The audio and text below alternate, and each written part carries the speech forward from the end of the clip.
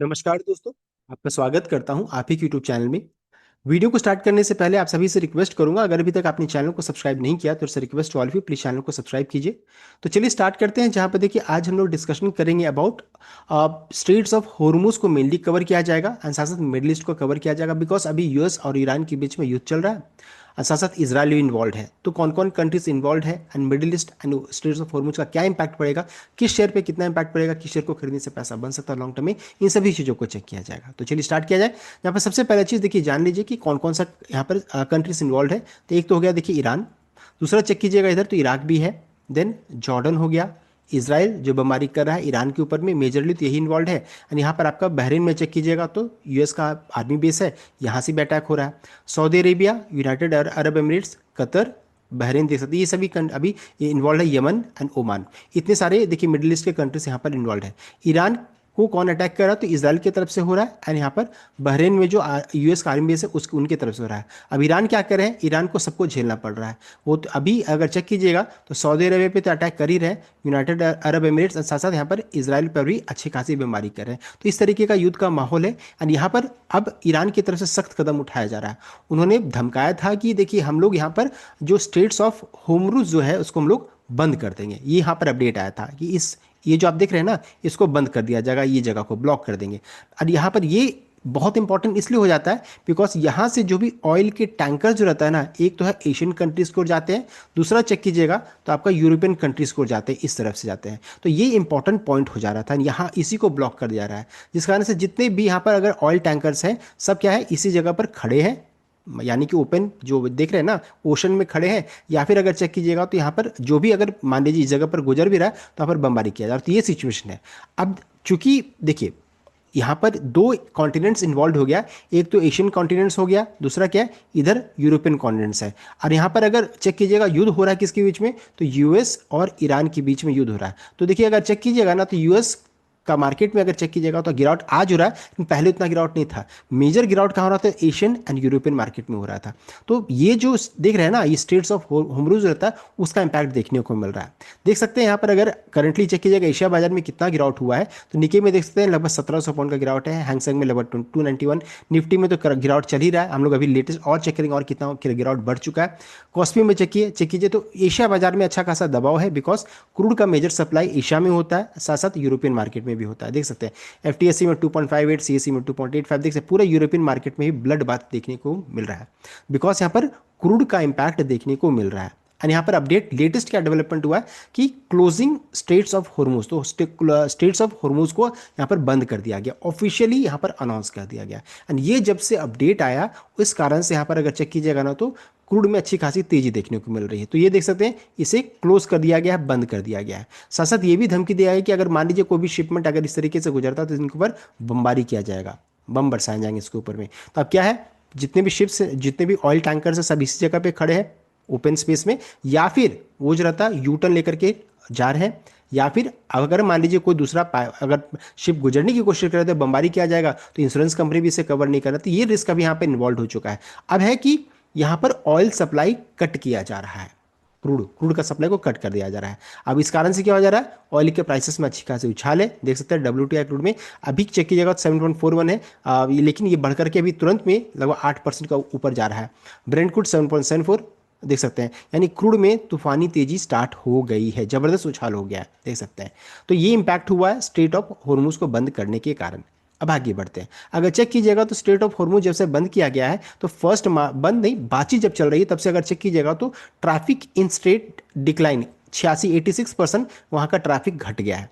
आज बंद किया गया तब तो जीरो हो गया, लेकिन 1 मार्च से यहाँ पर ट्रैफिक घट गया, बिकॉज जब से युद्ध स्टार्ट हुआ ट्रैफिक घट गया 86%। उसके अलावा मोर देन 250 टैंकर जो रहता है वो यूटर्न लेकर के जा चुके हैं या फिर वेट कर रहे हैं इन ओपन वाटर्स में। ऑयल प्राइसेस 10% के इससे ज़्यादा का उछाल ऑलरेडी बन चुका है। अगर चेक कीजिएगा ऑयल में तो 20+ मिलियन बैरल ऑफ ऑयल जो रहता है पेट्रोलियम यहाँ से प्रोड्यूस होता है प्रतिदिन, और 20% ऑफ ग्लोबल ऑयल ट्रेड यहाँ से ही होता है।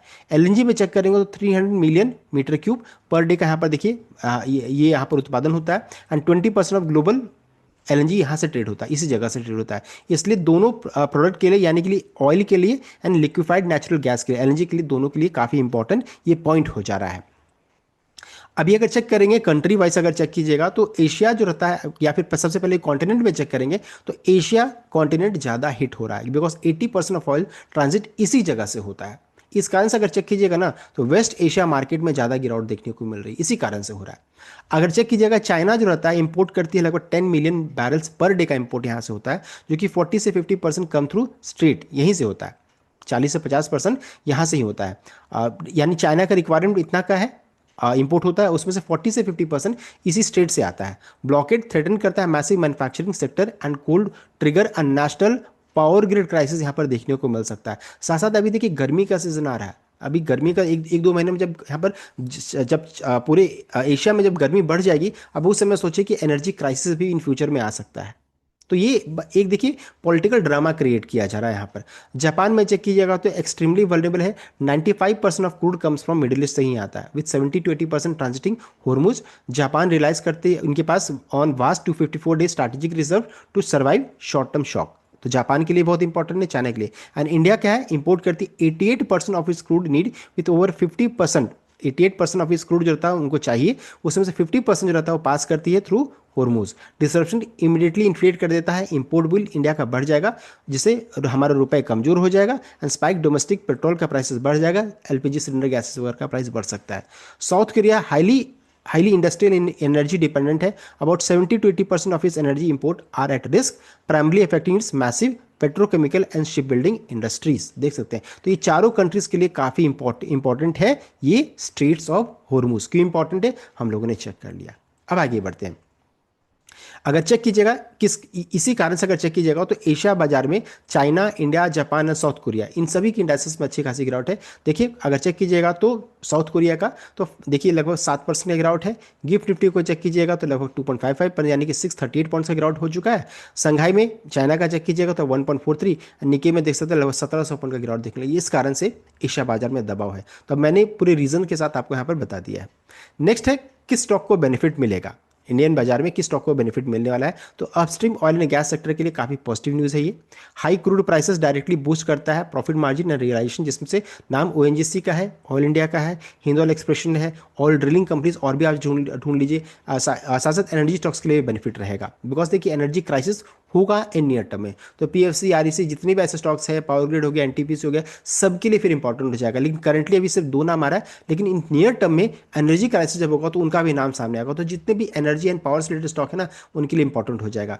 डिफेंस स्टॉक्स के लिए ये पॉजिटिव है। तो जियो पॉलिटिकल इंस्टेबिलिटी जो रहता है ड्राइव करता है गवर्नमेंट डिफेंस स्पेंडिंग, तो Hindustan Aeronautics, Mazagon Dock, BDL, साथ साथ शिपिंग कॉर्पोरेशन ऑफ इंडिया के लिए इंपॉर्टेंट रहेगा। एंड एस्ट्रा माइक्रोवेव कंपनी उसके लिए इंपॉर्टेंट रहेगा। तो जितने भी डिफेंस रिलेटेड स्टॉक है ना, उनके लिए भी काफी इंपॉर्टेंट है। नेक्स्ट है नेगेटिव किसके लिए, तो नेगेटिव देखिए ऑयल मार्केटिंग कंपनीज के लिए इंपॉर्टेंट है, बिकॉज देखिए क्रूड का प्राइसेस जब बढ़ेगा ना तो स्क्वीज करेगा इनका मार्केटिंग मार्जिन, जैसे एचपीसीएल, बीपीसीएल, आईओसी के लिए काफी नेगेटिव न्यूज हो गया। एविएशन कंपनी के लिए नेगेटिव है, बिकॉज देखिए इनको जेट फ्यूल चाहिए, तो अगर उसका कॉस्ट बढ़ेगा तो मार्जिन इनका घट जाएगा, जैसे इंडिगो एंड स्पाइसजेट के लिए नेगेटिव हो गया। पेंट एंड टायर कंपनी के लिए नेगेटिव है, because dependent on crude oil derivatives like solvent, rubber, carbon black, इनके लिए इंपॉर्टेंट, इनको चाहिए रॉ मटेरियल। एशियन पेंट, कौन कौन कंपनी इंपैक्ट है, तो Asian Paint, Berger, MRF, Apollo Tyres के लिए ये नेगेटिव न्यूज़ है। Negative news in the sense crude का प्राइसेस का बढ़ना इनके लिए नेगेटिव हो जा रहा है। एफएमसीजी के लिए भी नेगेटिव है, because higher packaging and logistic cost, transport cost बढ़ जाएगा। ईटिंग ऑपरेटिंग प्रॉफिट जैसे एचयूएल, नेस्ले एंड ब्रिटानिया के लिए नेगेटिव न्यूज होगा। इन सभी देखिए हम लोगों ने पूरे सेक्टर वाइज सभी स्टॉक्स को यहाँ पर कवर कर लिया है। अब आगे बढ़ते हैं। इसको उसका एक और बच जो जा रहा है वो है स्ट्रक्चरल एंड मैक्रो एक्सपोजर, किसके लिए, तो लार्सन एंड टूब्रो के लिए बहुत इंपॉर्टेंट हो जा रहा है, बिकॉज देखिए मिडिल ईस्ट कंट्री से इनको बहुत ज्यादा ऑर्डर आता है। एलएनटी जो रहता है uniquely expose, because Middle East country account for approximately 37% of इस massive 7.33 lakh crore order book, देख सकते हैं ये है।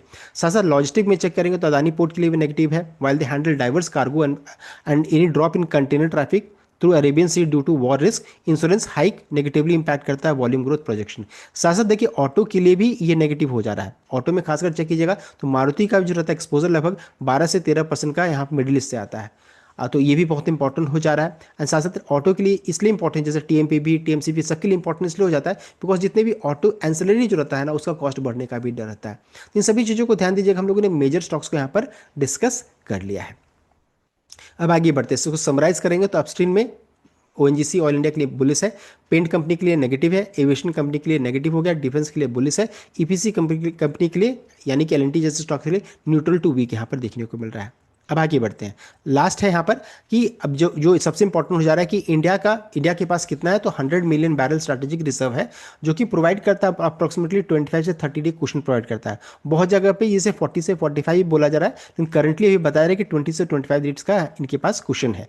यानी कि अगर मान लीजिए इतने दिन तक अगर स्ट्रेट्स ऑफ हॉर्मुज बंद भी रहेगा तो भी उतना प्रॉब्लम हम लोगों को नहीं होने वाला है, लेकिन अगर मान लीजिए इससे ज़्यादा रहा तो प्रॉब्लम हो जाएगा। So if Hormuz crisis is resolved in this window, the dip in consumer stock paint auto might actually भी बाइंग अपॉर्चुनिटी। अगर मान लीजिए 20 से 25 20 से 25 डेज के अंदर अंतराल में मान लीजिए स्ट्रेट्स ऑफ हॉर्मुज को फिर से खोल दिया जाएगा, तो एक अपॉर्चुनिटी हो सकता है, जहां पर हम लोग नेगेटिव सोच रहे हैं उनके लिए अपॉर्चुनिटी हो सकता है। इस चीज़ को ध्यान रखिएगा, बिकॉज वहां पर फिर शार्प रिवर्सल आपको देखने को मिलेगा।